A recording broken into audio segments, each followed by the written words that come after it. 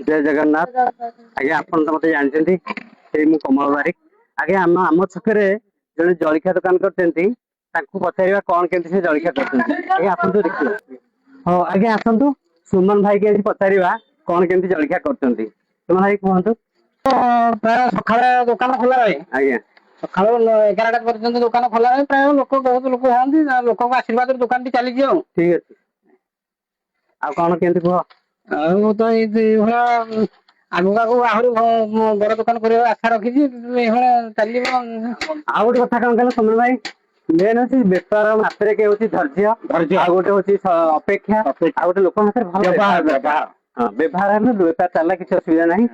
आ सुमन भाई तो जिनस बहुत भल भल क्वालिटी भी अच्छी भल टेस्ट भी करते भाई की पचार कौन के भाई टेस्ट अच्छी कहला भल अच्छी तो ठीक अच्छे भाई भल टेस्ट अच्छी तो ठीक अच्छे ये भाई की पचार भाई कौन के कह कि तुम कौन कह आशीर्वाद थी दुकान आगू करी लोक मान आशीर्वाद थी लोक दुकान आगू आगू चलो ठीक अच्छे।